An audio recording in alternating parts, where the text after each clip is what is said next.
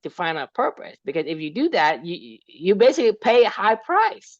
It's a very, very steep price to pay. I don't know about you, Chris, but from my perspective, looking at you reading your book, it's a huge price. Wouldn't you agree? Yeah, absolutely. So you had a thought. Yeah. No, nothing. No, yeah, you just had something. Where was it? Yeah, no, but it's already been said though. What was it? I want to know. Well, at least like, I mean, I was thinking like, yeah, you didn't have to necessarily go through, like, hypothetical, you didn't have to go through what you went through to get that purpose that you're on now. Like, sure, that led you, I feel like, down this path of living your values, et cetera, et cetera. But I think kind of like Tree was saying, like, I mean, people can end up finding their purpose through anyway, but like, the pain can sort of like jumpstart people into like some questioning and asking that beautiful question. But I guess just kind of like agreeing with Trio's point that, yeah, like, doesn't have to, like, I mean, you could end up creating, yeah, whatever purpose you want to, you could be the director of it, but it doesn't have to come through some pain. But like you say, in your case, it really did solidify or made you question things, and then you were able to solidify more like your purpose in life. And I think this is how I mean, I think I can understand from your perspective, Chris, because you already pay a very, very steep price for your purpose, and you're questioning, is that worth it? You know what I'm saying? Because you already pay an expensive price for that purpose, and sometimes you say, well, maybe I shouldn't have a purpose because maybe it's too painful at times. It's incredibly like harder to. I would rather if it meant that my daughter was still here. Like, there's not even a debate in my mind, like whether or not exactly, like, whether I would rather have that or not. Like, this is so the biggest difference though that I have to like keep harping on is, like, I get what you guys are saying. It could be in theory possible, like, but the difference is like when shit like this happens, when distractions pop up, like there's something that's so seared into my brain that I can't get out of it, that because of the pain, right? Like, I don't know that if there was something that, like, maybe I asked a beautiful question one time, or something like that like captivated me. But does it captivate you through being in the hospital for 96 days and and being completely out of your element? Does it captivate you through being displaced from your home while you're dealing with COVID and all this other stuff? Does it make you wake up every single day and go, like this has to happen. Like, I can't not do that. I don't know that there's anything else other than what I'm talking about from what my side of the house is that I can think of that would make me stay on that course every single day, no matter fucking what. Like, I mean, like, I just don't know. I mean, you guys tell me. Right. I don't know, I mean, I think there are, but it's going to be rare in terms of that particular drive, right? Some people just know what they're supposed to be, and so the thing is, it's how much indentation in the earth, like, i.e. your brain connections, right? How much indentation that is. The stronger that connection is, the stronger you will to go down that path. You become more aligned. Because the thing is, when you have the atomic bomb, anything that you do, whether is to run one extra mile and to eat one less candy bar, to you, that act, it is so insignificant compared to what you have seen. So that is your perspective. Your perspective on life has changed. But the thing is, because you will force down that perspective. And so, yes, I really agree with you that having the pain give you the deep steering connections to whatever that you knew, and you have this perspective. Anything that even if you say, hey, I got fired today, you say, no problem, right? You have, because the thing is, the signal, right? It register. It is so tiny compared to the huge signal that you have. That signal masks everything. And so for you to say, hey, my AC broke, yeah, I'll go to my parents. If I can't write in my desk, I'm gonna go write in the corner of the kitchen, or write, in the laundry room or whatever. To you, that's nothing. That's perspective. But that doesn't mean that only having that perspective will give you the ability to make that judgment of perspective. Other people may have whatever the reason. They may say, well, I need to be this because of this, or because of what I've seen, or whatever. Because like last time, let's say a person becomes a doctor because their grandma has some kind of disease, and because they have a deep connections with, but some people don't. Some people have people die all around and didn't do anything with it. I mean, well, then it wasn't painful. Like, I mean, like I guess that's my point. Is like almost every single amazing person in this world that I've you know, that you see that does like crazy shit. I'm not saying that that's who I want to be or something like that, but I'm saying like there's so the people that you look at that either get to a certain point or they become do stupid shit that you're like, why the hell do they do that every single day? You know, like how do they do that every single day? Like it almost always there was, if you dig deep enough, there's some. But that's what I'm saying though. The thing is, I don't agree with the fact that you have pain. I'm saying that if you have the gene that once you do a certain thing, you cannot stop it. Right? Because the thing is, because no, I agree. It just accelerated me toward what I already wanted to do anyway. Because thing is, your gene has becoming a change. But I'm saying that if you don't have a particular gene that is, you know, preference of one thing or another, you basically in the middle, you basically like morphing into different things. So that's difficult for you to maintain your path. But if somebody was born with a certain gene, they have to do that. So for example, if somebody is like, okay, I have to eat, right? The person eats, I mean, they become like the insatiable, right? So the thing. This is a good barometer. Hang on, Snow's known me for 20 years now, almost. You know, like on the surface level and our conversations, do you think that I'm any different? Do I think you're any different than when you first met me and when you first knew me and when we've lived together, we've done other things together, we've known each other since we were 18 years old? Do you when you talk to me, or not talk to me, but when you just see me and how I interact and how I engage and how I live my life or whatever, like, you know, is it that crazy of a difference in my life? And I mean, I honestly, I mean, I don't really like. I mean, I don't think so. Like, I agree. Yeah.